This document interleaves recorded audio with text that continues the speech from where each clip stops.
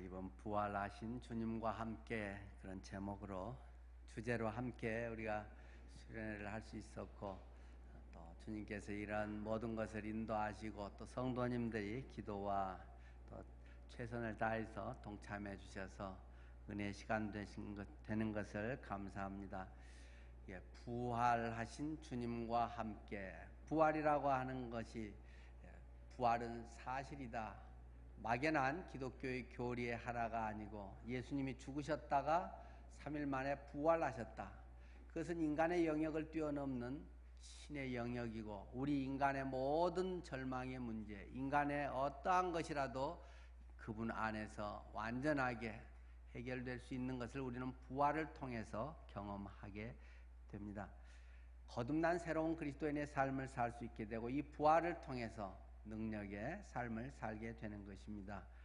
그리고 주님이라는 것을 통해서, 지금까지는 내가 주인 되어 살아왔지만 그래서 때로는 실패하고 그것이 최선인 것 같았는데 돌아보면 그렇지 못한 것이 있고 아쉬운 것도 있고, 우리의 삶 속에 진정으로 누가 주인인가 하는 문제를 진지하게 우리가 생각하게 되고, 예수 그리스도 전능하신 분, 하나님은 우리의 주인이다, 그분이 나의 주인 되어 주실 때 내 인생의 모든 문제가 제자리를 잡게 되는 것이고, 우리의 삶이 가장 평안한, 하나님께서 가장 나다운 삶을 살게 하시는 역사를 이룬다는 것을 보았습니다.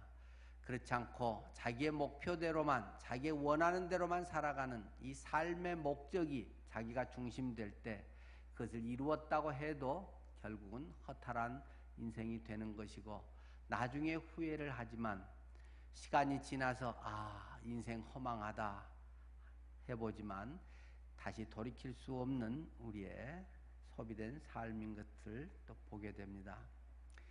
또 주님과 함께라고 하는 것은 날마다 매일매일의 삶 속의 현재형입니다. 주님의 그 힘으로 인해서 동행하는, 지속되는, 매일이 주님 안에서의 삶이 그리스도 예수와 함께 우리가 살아감으로 누리게 되는 것을 보게 됩니다. 오늘은 행하게 하시는 하나님이라는 제목으로 말씀을 나누려고 합니다. 빌립보서 2장 12절에서 14절 말씀입니다. 사도 바울이 유럽의 첫 번째 교회로 세워진 이 빌립보 교회에 보낸 편지입니다. 신약성경 320쪽 빌립보서 2장 12절에서 14절까지 제가 읽겠습니다.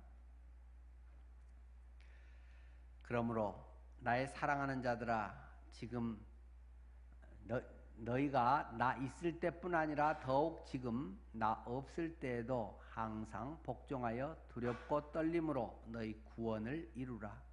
너희 안에서 행하시는 이는 하나님이시니 자기의 기쁘신 뜻을 위하여 너희에게 소원을 두고 행하게 하시나니 모든 일을 원망과 시비가 없이 하라. 아멘. 우리는 예수 그리스도를 믿음으로 말미암아 단번에 영원히 구원을 받습니다. 예수 그리스도를 영접하는 자들에게는 하나님의 자녀가 되는 권세가 주어졌습니다. 이제 우리는 비로소 하나님의 선한 백성으로 선한 일을 할 수 있는 사람이 되었습니다. 이제 그리스도인의 삶은 하나님이 나의 주인이고 예수 그리스도의 새 생명을 가진 사람으로서 비로소 살아가게 된다는 것입니다. 그렇기 때문에 우리가 구원받은 것으로 인해서 이제 나는 천국에 간다, 어떻게 되더라도 지옥은 안 가니까 괜찮다 하는 이러한 안일한 마음, 이러한 자기 포기적인 마음이 아닌, 이제 제대로 인생을 인생답게 살아가야 하겠구나, 그런 자세를 가질 필요가 있죠.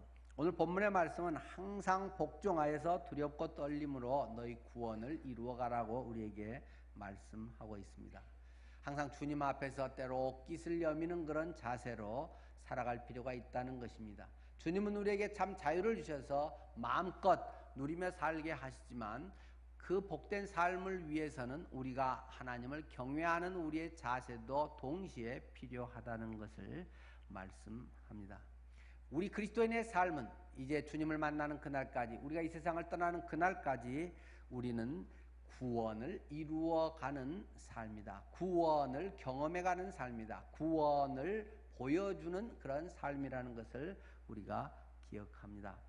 오늘 함께 더 중점적으로 나누고자 하는 말씀은 너희 안에서 행하시는 이는 하나님이시니 자기의 기쁘신 뜻을 위하여 너희에게 소원을 두고 행하게 하시나니.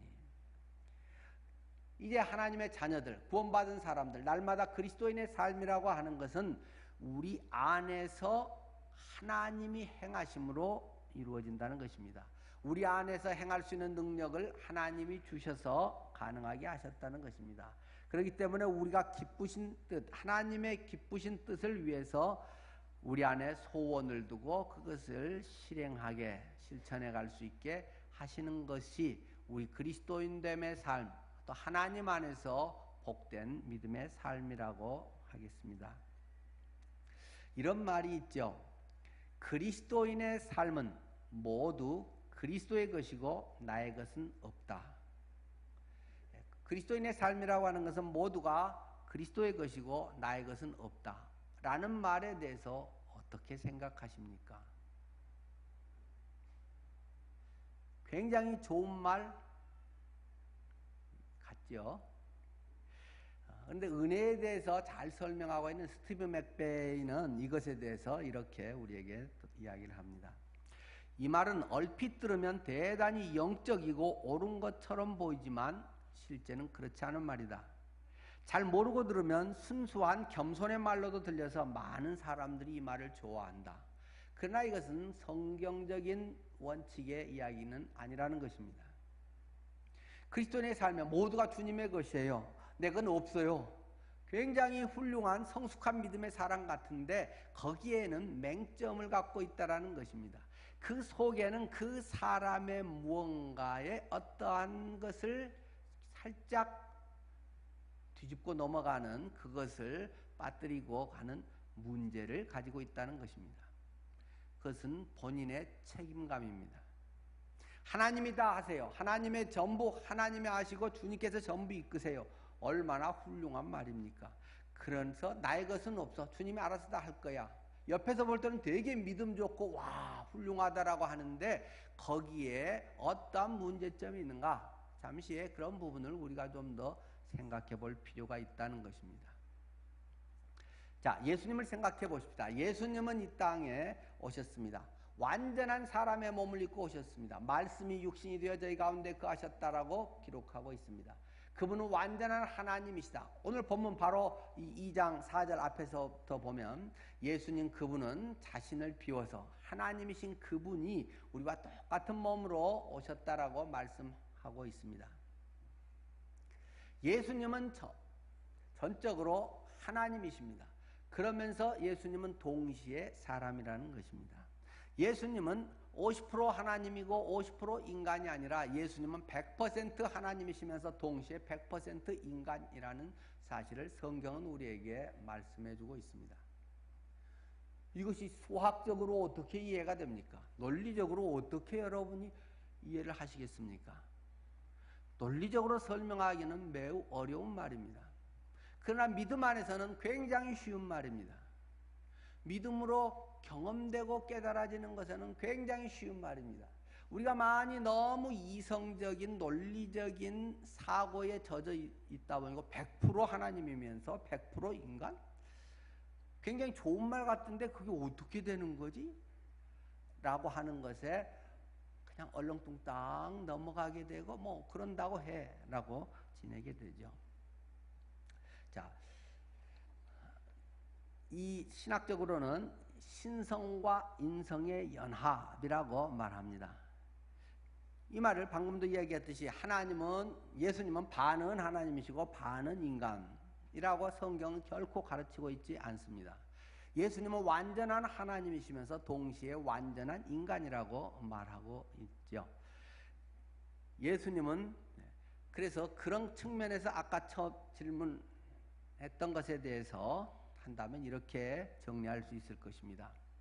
예수님은 모두가 온전히 하나님의 것이자 동시에 온전히 모두가 자신의 것이다.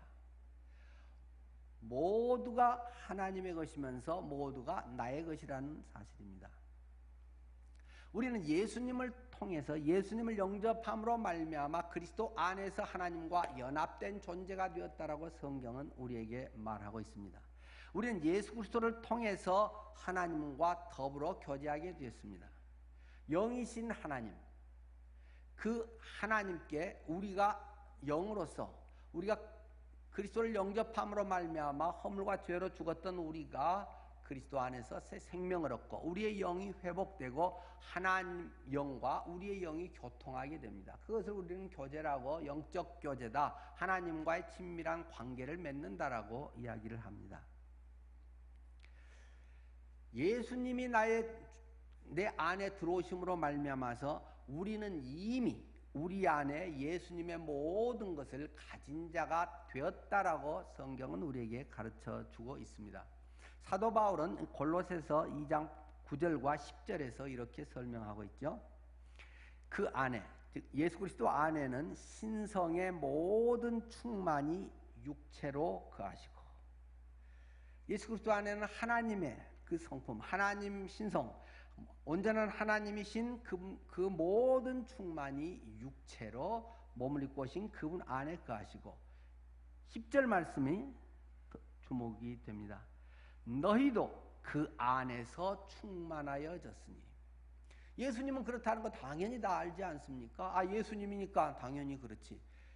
그런데 바울은 우리에게 설명하기를 너희도 그 안에서, 예수 그리스도 안에서 충만하여졌으니, 그 충만하신 그분이 내 안에 들어옴으로 말미암아, 내가 거듭남으로 말미암아 내 삶에 내가 완전히 새로운 존재로 인정됐다라는 것입니다. 그리고 실제로 그분이 내 안에 들어와서 영이신 그분으로 말미암아 영적 교통함이 우리에게 일어나고 그 하나님의 역사가 우리를 통해서 흘러간다라는 것입니다. 이 완전한 연합, 신성이면서 인성, 그것이 역시 우리들의 삶 속에 예수 그리스도가 나의 주인 되시고 예수 그리스도로 말미암아 거듭난 다시 태어난 우리들은 전적으로 하나님의 것인데 그러나 동시에 전적으로 나의 것이라는 사실입니다. 우리가 믿음의 측면에서만 자꾸 너무 강조를 하면 전적으로 하나님의 것입니다, 하나님의 주인입니다. 그러다 보면 상대적으로 소홀하게 생각하는 것은 그 나는 뭐야? 아주 수동적으로 가기 쉽습니다. 이것을 믿음 좋고 주님께 순종을 잘한다라고 착각하게 만듭니다. 그렇지는 않습니다. 일부분에 맞는 이야기지만 전적으로 나의 삶이라는 사실도 놓쳐서는 안 된다는 것입니다. 그분이 나의 주인 되시고 나를 이끌어 가시고 그분의 섭리와 능력을 우리에게 한량없이 부어주시고 그래서 그리스도의 모든 충만을 우리에게 주심으로 말미암아 이제는 내가 그리스도 안에서 그리스도로 말미암아 나도 그러한 삶을 살게 되는 것이고 그에 대한 전적인 그것을 내가 책임지고 나의 삶 속에서 이루어가는 것이 정상적인 그리스도인의 삶이라는 사실입니다. 자칫하면 우리는 그리스도가 우리의 인성을 다 삼켜버려서 이제는 주님이 주인 되셨기 때문에 나는 더 이상 존재하지 않고 그리스도의 생명만이 있고 나는 그냥 아무런 인생의 목표도 계획도 없이 주님이 끌리는 대로 그때그때 주시는 마음대로 살아가고 그것을 아주 믿음 좋은 성령에 순종하는 사람이라고 착각을 합니다. 그러나 성경은 그렇게 말하지 않는다는 것입니다. 또 우리의 인성을 좀 더 개선하기 위해서 예수 믿고 성격이 좋아졌다, 예수 믿고 기쁨이 더 생겼다, 예수 믿고 감사하는 마음이 더 생겼다, 이런 것을 조금 더 고쳐주기 위해서 신성이 우리에게 첨가된 것이 아니라는 것입니다. 그리스도를 영접함으로 그리스도가 내 안에 들어옴으로 그러한 결과들이 나오긴 하지만 그것이 한 결과의 모습이지 그리스도 안에서의 우리가 그리스도의 힘을 좀 빌려가지고 그 마음으로 이렇게 좀 더 해보고 그렇게 해서 우리가 좀 더 나은 사람이 되고 인격적인 사람이 되고 남들이 볼 때 예수 믿었더니 달라졌다, 이런 게 그리스도인의 본질적인 모습은 아니라는 것입니다. 그러면 무엇이겠습니까? 성경은 우리에게 우리 안에는 생명이신 그리스도가 계시는 것이다. 그분이 내 안에 있고 우리는 그분 안에 있다. 그의 예수님의 모든 것이 우리 안에 있고 동시에 우리의 모든 것이 그분 안에 있는 하나됨, 이 동시성, 연합이라고 하는 것을 우리에게 가르쳐주고 있는 것입니다. 썩 적절하다고 할 수만은 없지만 어쨌든 이 좀 추상적인 걸 구체적으로 표현을 굳이 하자면, 빈 병이 있는데 뚜껑을 열고 빈 병을 바다에 빠뜨립니다. 그러면 바다 안에 그 빈 병이 있고 빈 병 안에 물이 들어와 있잖아요. 병 안에 물이 있고 물 안에 병이 있는 거죠. 예수님께서는 우리에게 이렇게 말씀을 하셨죠. 볼지어다 내가 문 밖에 서서 두드리노니 누구든지 문을 열면 내가 그에게 들어가 그로 더불어 먹고 그는 나로 더불어 먹으리라. 누구에게 한 이야기라고요? 구원 받은 사람, 이미 예수 그리스도를 영접한 사람, 라오디게아 교회를 향한 주님의 말씀이라는 것입니다. 물론 아직 예수님 안 믿은 사람에게도 적용은 되겠죠. 믿지 않는 사람이 그리스도를 영접하는 것이지만, 본래 말하고자 했던 것은 이 초대교회, 이 소아시아에 있는 7교회 중에 하나인 라오디게아 교회를 향한 이미 예수 그리스도를 믿은 사람에게 그 말씀을 하고 계신다는 것이죠.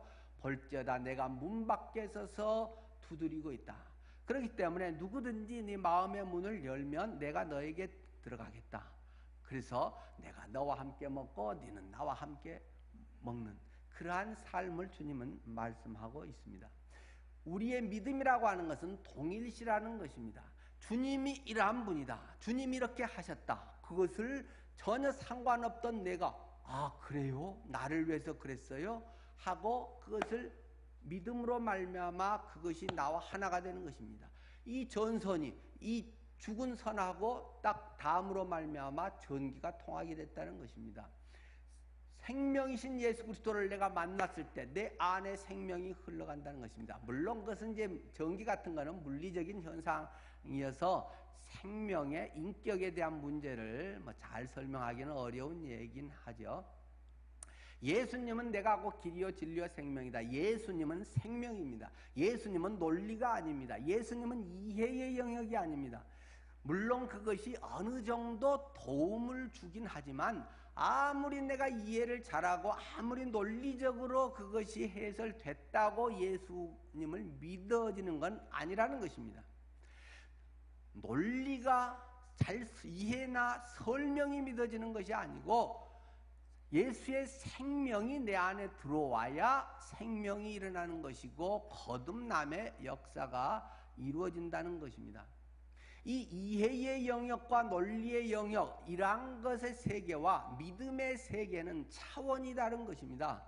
그렇기 때문에 차원이 다른 세계를 두 개가 이해됐다고 해서 되는 것은 아닙니다. 될 수 있는 좋은 계단, 발판처럼 문 앞에까지 인도해주는 계기, 그러한 어떤 그 인도의 과정은 분명히 되죠. 복음에 대해서도 우리에게 말씀하고 있지 않습니까? 네. 너희가 믿음은 들음에서 나며 들음은 그리스도의 말씀으로 말미암느니라. 믿음이라고 하는 것은 들음에서 난다. 그리스도의 말씀을 들음에서 난다. 그러나 들었다고 하는 것이 들어서 이해됐기 때문에 믿는다는 것은 아닙니다. 그것은 다른 차원의 문제이기 때문이다. 믿음의 영역에서는 적어도 복음과 관계된 것은 성령의 역사로 믿어지는 것입니다. 내가 아무리 잘 설명하고 기가 막히게 그걸 잘 이해해서 써놓은 책을 읽었다고 해서 믿어진 것은 아닙니다. 그러나 훨씬 믿기 쉬운, 믿음으로 나아가기에 매우 도움이 되는 유익한 책이지, 그것은 생명의 문제이기 때문에 논리나 이해 문제가 아니기 때문에 그것은 믿음과 직결되는 건 아닙니다. 믿음으로 나아가는, 마치 또 때로는 율법이 몽학선생처럼 가정교사처럼 그곳으로 가는데 도와주는 것이지, 그리스도가 절실히 필요하구나 하는 것을 깨닫게 하는 것이 율법이지, 율법을 기가 막히게 어떻게 한다고 구원은 결코 일어나지 않는다는 것입니다. 자주 말씀드리듯이 CT, MRI, 엑스레이 죽으라고 찍고 뭐 그거 최고급으로 찍고 10번을 찍고 한다고 해서 내 병은 결코 1%도 나아지지 않는다는 것입니다. 병은 그냥 병인 것이고 단지 지금 어느 위치에 어느 정도 크기에 조직 검사를 하고 뭐 여러 가지를 하면 그것이 악성인지 뭐 양성이고 지켜봐도 되는지, 이러한 치료의 과정을 위한 매우 유익한 도구일 뿐이지 그것은 아무리 해도 낫는 게 아니라는 것입니다. 치료는 암치료, 항암제든지 뭐 아니면 또 뭐 영양 섭취를 잘 하든지 여러 가지 이제 거기에 대한 방법이 있는 거죠. 율법과 은혜, 복음은 차원이 전혀 다른 것입니다. 율법은 그곳으로 잘 이끌어주는 것이고, 우리의 논리라고 하는 것, 성경 공부라고 하는 것, 그것을 잘 이해하는 것도 매우 잘 이끌어주는 매우 좋은 하나의 통로이지, 그것을 잘 알았다고 해서 그것에 박사가 됐다고 해서 그것이 믿어지는 건 아닙니다. 오히려 그러고 나서 그것을 반박하는 사람들도 있고, 거기에 대해서 자기식으로 삐딱하게 갖고 이단이 되는 사람도 있고, 알아야 이단도 하는 거지 아무나 이단을 할 수 있겠어요? 그러니까 이것은 차원이 좀 다른 문제라는 걸 늘 인식을 해야 됩니다. 인간의 영역이 아니라 생명의 이 문제는 하나님의 영역, 신의 영역이기 때문에 거듭남은 예수 그리스도의 보혈, 그리스도의 십자가를 통해서 이루신 공로가 나를 위한 사건이구나, 하나님이 나를 위한 이 놀라운 은혜구나, 우리를 구원하기 위한 하나님의 놀라우신 예비하심과 그 고통과 희생을 통해서 하셨구나라는 걸 비로소 눈이 열리니까 보게 되는 것이고, 그것을 이제 들어서 나아갈 수 있게 되는 것이고, 성령이 조명해 주심으로 하고 깨달아지는 것입니다. 믿어지는 것입니다. 그러므로 비로소 그리스도인의 삶을 살 수가 있는 것입니다. 그러니까 이 성령의 역사, 성령의 조명하심을 빼면 결코 구원은 없습니다. 아무리 성경을 딸딸 다 외워도 없습니다. 아무리 구원에 대해서 이해를 잘하고 설명을 남에게 해줄 수 있어도 없습니다. 제가 그랬던 경험이 있습니다. 제가 구원에 대해서 굉장한 갈등을 하고 고민하면서 그렇게 나갔더니 마치 교회를 작심하고 1년은 다녀보자. 작은 교회 갔더니 그래도 교사가 부족해서 당신 여름 성경학교 때문에 교사 없는데 대학생이니까 교사하세요. 마침 그때 주제가 뭐 우리를 구원하러 오신 예수인가 뭐 돼서 구원 상담하는, 복음 전하는 것이었습니다. 저 교사 강습회 가서 열심히 배워가지고 제가 구원 상담을 아이들에게 막 했습니다. 제가 가르치던 뭐 우리 주일학교 3학년 애들인가 자기는 예수님 믿는다고 하고 구원 받았다고 막 하고 좋아하는 애들이 생겼습니다. 저는 모르겠습니다. 물론 그 아이들은 사실 수 있죠. 엉터리 같은 사람을 통해서도 그걸 통해 하나님이 그 아이에게 역사하면 영접할 수 있겠죠. 그러나 이제 제대로 하면 훨씬 좋겠지만은, 근데 저는 모르겠더라고요. 네가 진짜로 믿냐? 나는 교사 강습해서 배운 교환 그대로 네한테 해준 것밖에 없는데. 저는 굉장히 갈등을 했습니다. 그 뒤로 몇 달을 고민을 했습니다. 그 다음에야 비로소 제가 예수님을 제대로 다시 만나고 그래서 아하 셀베이션, 구원은 아직 설명으로 되는 건 아닙니다. 물론 설명은 굉장히 필요하다는 말씀은 계속 드리는 것입니다. 제가 그냥 그래서 아하만 하고 다니면 어떻게 알겠습니까? 강대상에서 뭔가 구체적으로 그렇게 설명을 해야지 아하야 50번 하고 내려갑니다. 그러면은 설교 준비 안 했구나 그렇지. 여러분들이 알 수가 없죠. 그렇기 때문에 설명은 필요합니다. 그러나 설명을 기가 막히게 했다고 예수님 영접하는 건 아닙니다. 영접하는데 많은 도움을 줄 수 있는 거죠. 그러니까 철저하게 이 구원의 문제, 영생의 문제, 그리스도인의 삶의 문제는 어떤 연륜이나 지식이나 어떤 다른 사회적인 외적인 이거하고는 별 상관이 없이 복음을 듣고 그 영혼의 때로는 간절함, 갈급함, 진지함으로 그것을 받아들이고, 그러면 5분도 안 걸려서도 깨닫고 변화된 사람도 있고 20년, 30년 하면서도 맨날 그대로 하고 가짜 그리스도인 신용만 내고 다닌 사람도 계속 있다 이겁니다. 성령께서 깨닫게 해준 것, 이것은 설명할 방법이 없습니다. 자기가 경험해야만 아는 것입니다. 차원이 다르기 때문이죠. 혹시 요즘 드라마 중에 W라고 있는 것이 있는데 혹시 보는 분이 있나 모르겠습니다. 예.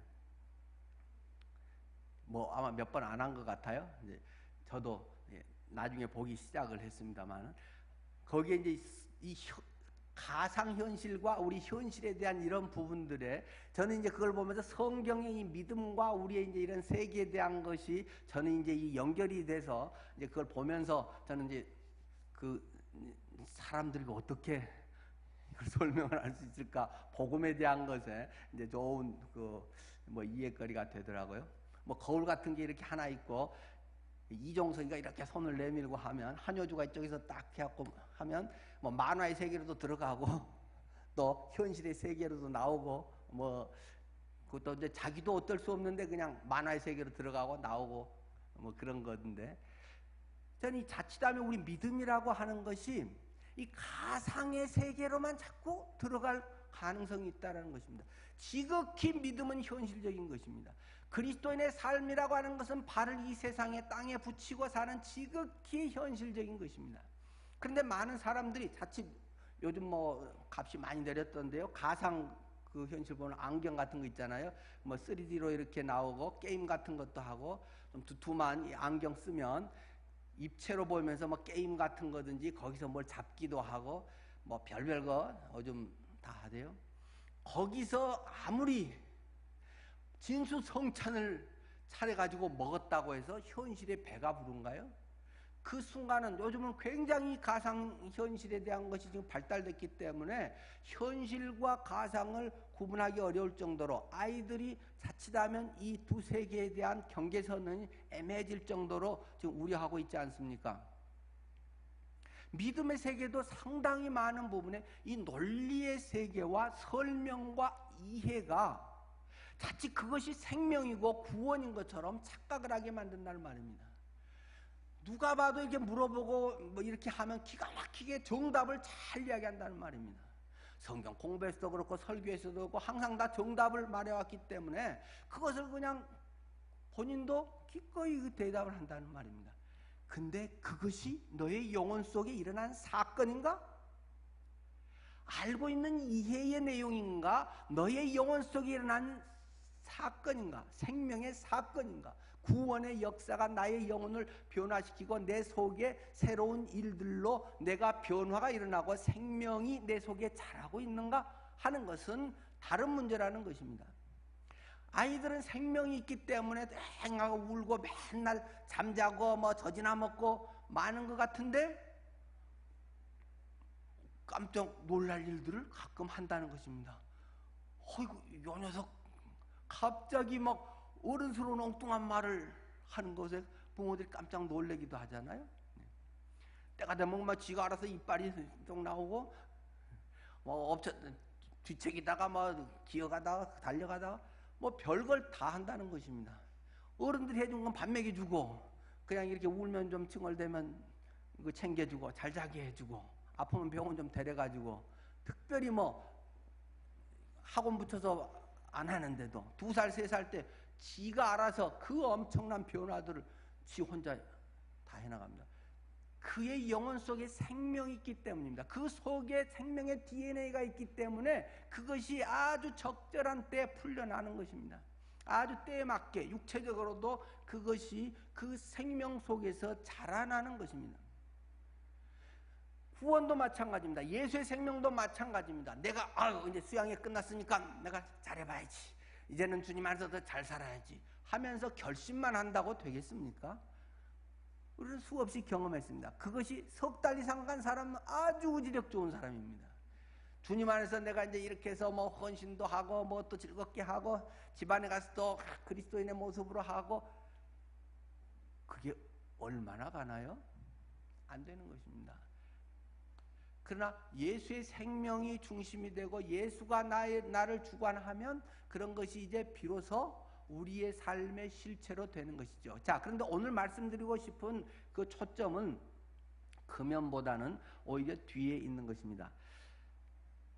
우리는 하나님과 동역자라는 사실입니다. 그렇기 때문에 우리가 예수의 생명을 부여받아서 너희 안에서 행하시는 이는 하나님이신데 하나님의 기쁘신 뜻을 위하여 너희에게 소원을 두고 행하게 하신다.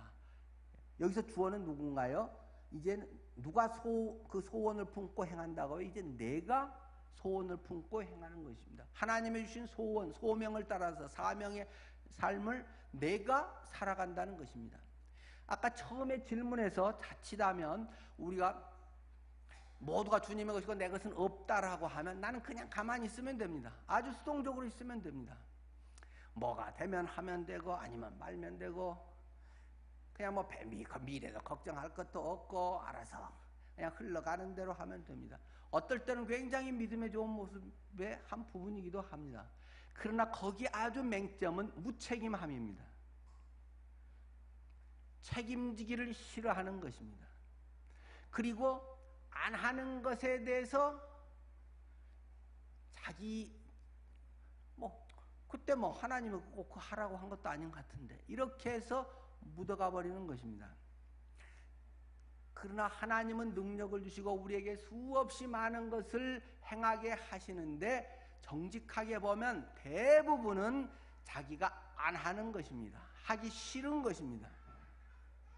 책임지기 싫은 것입니다.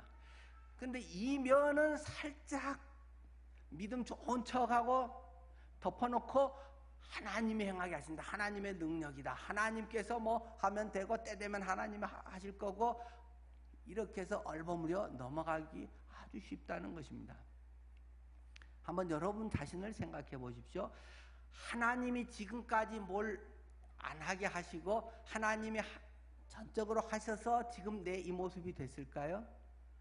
그런 것이 물론 많이 있겠지요. 그러나 거절한 것은 아마 수백 번도 넘지 않을까요? 하나님은 우리 안에서 행하게 하십니다. 물론 갑자기 삼손 같은 힘을 주시고 그러진 않겠지만 적어도 여기서 20kg 쌀 한 포대 들 정도 힘은 대개 다 주시지 않았겠어요? 그러면 1000kg는 생각할 필요도 없겠고 20kg 아니면 10kg 쌀을 들 수 있는 힘 갖고 내가 뭘 하고 있는가? 누가 힘들게 하면 그것을 네가 날라주고 있니?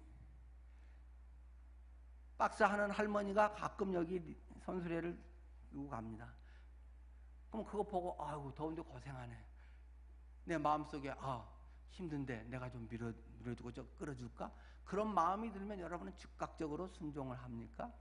부부간에 좀 티격태격 불편한 것이 있습니다. 하나님께서는 내 마음에 마음을 주십니다. 야, 그리스도인이 서로 이렇게 이해하고 사랑하고 화목해야 좋지. 빨리 네 자존심 상해도 네가 잘못했다고 해라. 그러면 여러분은 즉각적으로 1분 안에 하십니까? 한참 뭉적거리다가 화장실 들어갔다 안 나갔다 눈치 보다가 30분 후에 나 하고 어떤 사람은 그 뒷날에 나고 어떤 사람은 한 달간 말도 안 하고 그건 100% 다 내가 안 하는 것입니다. 내가 싫어하는 것입니다. 하나님이 그런 마음을 안 주시고 능력을 안 주셔서가 아니라 하나님은 이미 우리에게 충만한 것을 다 주셨다. 그리스도 예수 안에서. 그런데 자존심 세우고 내가 하기 귀찮고 왜 나만 수고해야 돼? 하고 세 가지 때문에 안 하는 거잖아요. 특별히 세상 풍조. 남들도 안 하는데 세상 가치관도 안 하는데 왜 나만 특별하게 해? 두 번째, 육신의 성품, 육신의 게으름, 자기 육신의 습성. 나는 저런 거 싫어해. 나는 하기 싫어. 육신의 습성. 세 번째는 마귀의 역사. 좀 특별한 경우들이겠죠. 마귀가 우리를 방해한 그런 것 속에서 하기 싫은 것입니다. 식사당번 맛있게 해서 왜 이거는 자주 돌아오는 거야? 누구는 운 좋아서 저기 1년에 4번 돌아오는데 우리 왜 5번 돌아오는 거야? 그런 마음도 생기죠. 왜 안 생기겠어요? 왜 이리 더울 때 생기는 거야? 왜 또 김치 딱 떨어질 때 또 우리 식사당번이 생겨서 또 김치 새로 담아야 되는 거야? 우리의 본성은 그런 것들이 순간순간 튀어나온다는 것입니다. 주님이 내게 김치 담을 힘을 안 줬거나 꼭 돈이 없어 못 담는 거나 그런 거보다 싫은 거죠. 귀찮은 거잖아요. 그러니까 그런 아주 사소한 것에서부터 시작해서 가정에서든 뭐 어디 직장에서든 어디서라도 하나님이 능력을 안 주시고 하나님이 힘을 안 주시고 좋은 생각을 안 주셔서가 아니라 거의 대부분은 우리 안에 소원을 두시지만 내가 행하기를 거부하고 있다는 것입니다. 그건 누구 책임입니까? 내 책임입니다. 굉장히 믿음 좋은 아까 표현 같은 모두가 주님 것이고 내 것은 하나도 없다. 그러면 난 아무것도 안 해도 내 책임 아무것도 없습니다. 내 거 없는데 뭐 몸뚱이도 내 것도 아니고 시간도 내 것도 아니고 편하다는 것입니다. 책임 안 져도 된다는 것입니다.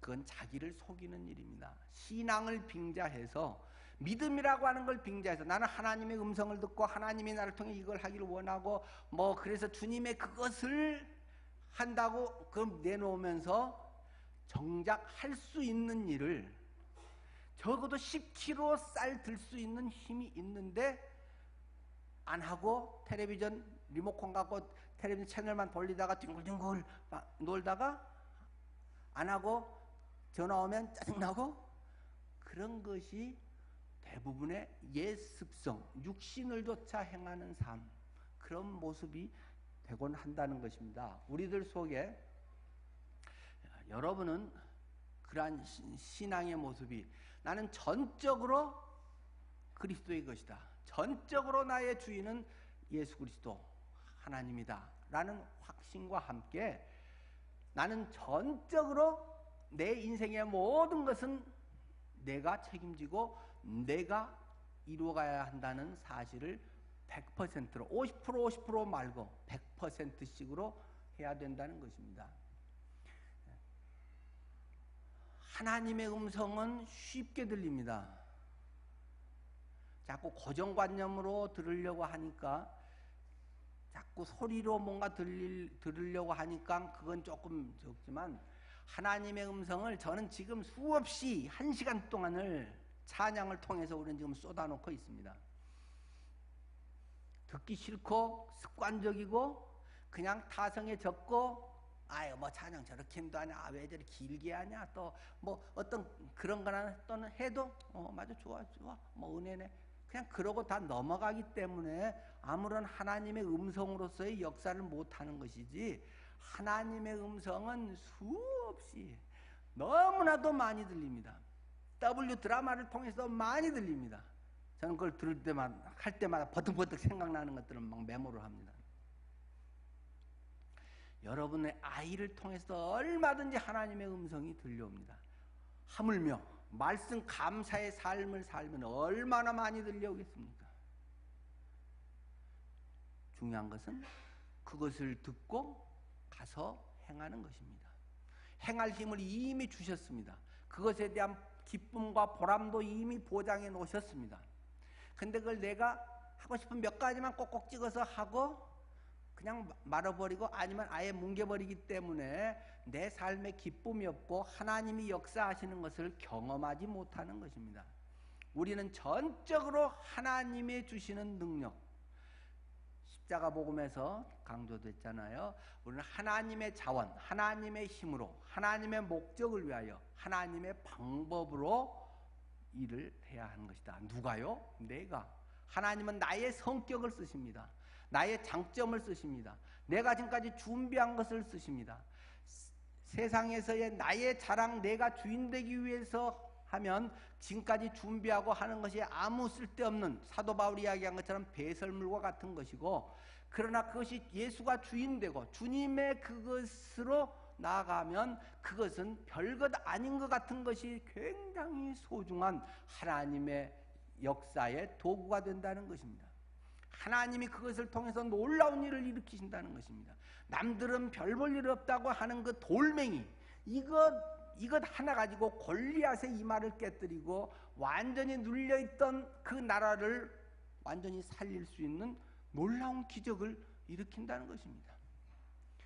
동물이나 잡고 뭐 새나 어떠고 뭐 이런 거 같은 별 볼 일 없는 거 요거 돌리는 거 뭐 별것도 아닌 장난치는 것 같은 나의 그런 것까지도 그렇게 쓰실 수 있기 때문에 하물며 내가 하나님께서 오랜 시간을 들여서 내게 지금 준비하게 하시고 내가 어학을 잘하고 또 여러 가지 행정적인 기능이 있고 또 내가 언어 표현을 잘하고 이러한 모든 것이 얼마나 더 아름답게 쓰이겠습니까? 내가 가지고 있는 스펙과 노하우는 얼마나 하나님 앞에 아름답게 쓰일 수 있는 도구가 되겠습니까? 하나님의 그런 역사가 우리들 속에 있기를 바랍니다. 하나님은 나의 성격과 나의 가진 것을 마음대로 쓰고 싶어 하십니다. 주님 앞에 그런 은혜의 간증들이 충만하기를 바랍니다. 기도하겠습니다.